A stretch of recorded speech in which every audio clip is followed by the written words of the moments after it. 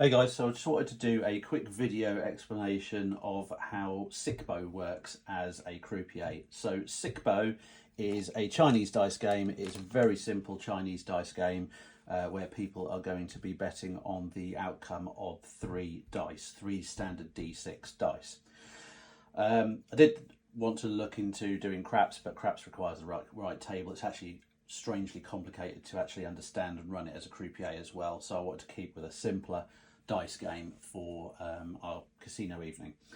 So when it comes to Sic-Bo, as I say, they're going to be betting on the outcome of three dice. There's these little player mats here which they're going to be betting on, which I've printed. There will be two sets of each to spread along the table, so there'll be a duplicate of these on the table as well. Just to explain how these work, so this one here, they've got two options of bets when it comes to this one.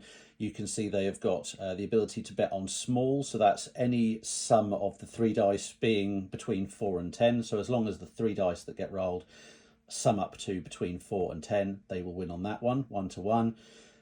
They have got big, which is the same idea, but with numbers 11 to 17.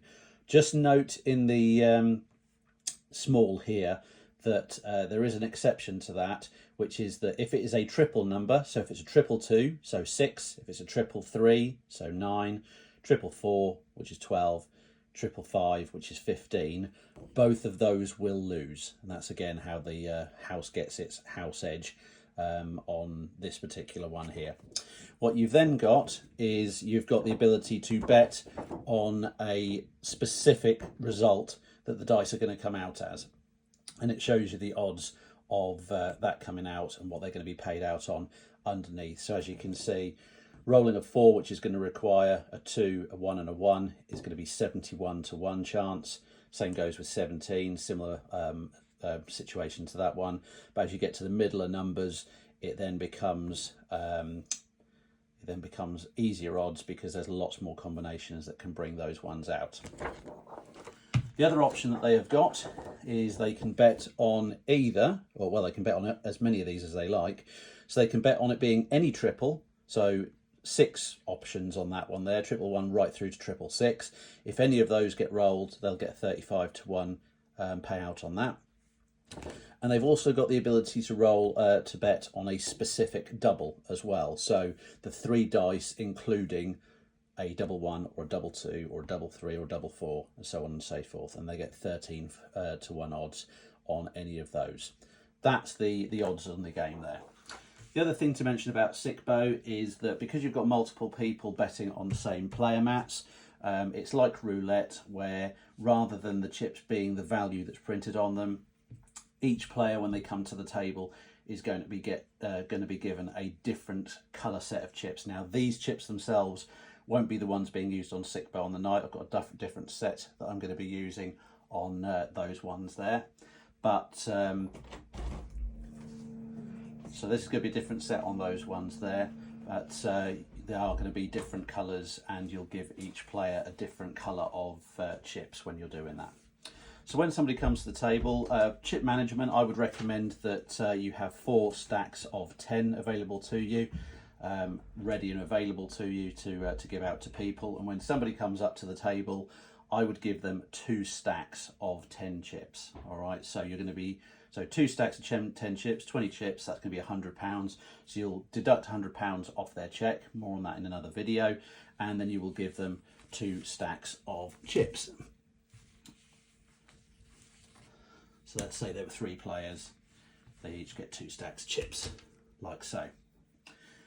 Then you open up bidding, and people can bid as much as they want, wherever they want on the board. So red might decide they're going to have a little bit of a safer bet on the small numbers. Then you might have they are going to have a go at, let's say, a triple. They might even feel a couple of lucky numbers, so maybe 13 and 11. They might decide they want to bet on there as well. You've also got yellow, who, let's say for example, bets on double 4s and double 5s, and maybe has a feeling that because they're going on double 4s and double 5s that they're going to win on a big bet there as well. And then you've got yellow, who, let's say, decides to err on the side of caution but go on a huge stack of small there, like so. People can bet as much as they want, wherever they want on the board itself, and then you say betting's now about to close, and then betting's closed. Once betting's closed, you'll take the dice cup and you'll take 3 dice, put them in the dice cup, and players that are at the table, they can take it in turns at being the ones that roll the dice. The requirement when they're rolling the dice though is, like I say, give them taking in turns for those who are actually playing, and you just need to ask them to make sure that they give the shape a couple of seconds, roll it onto the table like so. If any of the dice are cocked, or if any of the dice roll off the table, it is a duff roll. That one won't count. You'll take them back and you'll start again then at that point. In this case here though, none of them have cocked. They're all visible, so you'll just carefully take those back in front of you to show what the results are.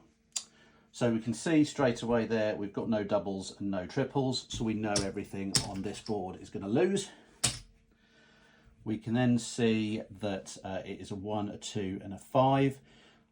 Nobody has bet on, sorry, so we've got, so 1, 2 and a 5, so that's 8. Nobody's bet on the 8, so these two are going to lose as well. And then finally you've got 1, 2 and a 5. It's not a triple, so these can win, and in this case here it is going to be the 8 that wins on that one there. So the 8 is in the small, so the big is going to lose and the small is going to pay out. When it comes to the small, it's a 1-for-1 bet on that one there. Now the easiest way to deal with a 1-for-1 bet is going to be to take one of their other stacks that they've got, put it next to it, make sure it's evens, and you know it's a 1-for-1. So same goes with the red, put a stack next to it, make sure you've got even stacks, that's 1-for-1, like so.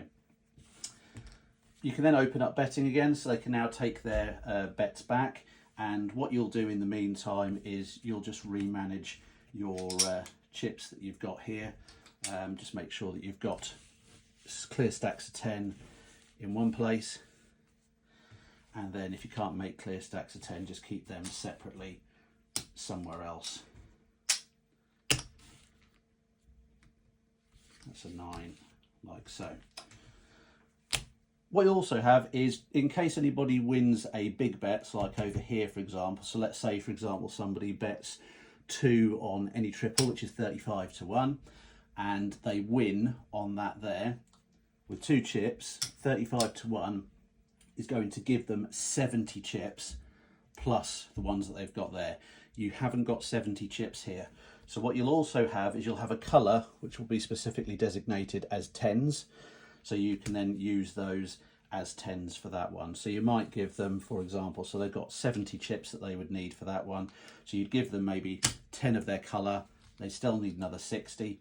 So you would also then give them a further 6 black ones and just point out to them that those are classed as 10s. They take their chips back and bet again, and it goes on again. That is Sic-Bo. Simple as that.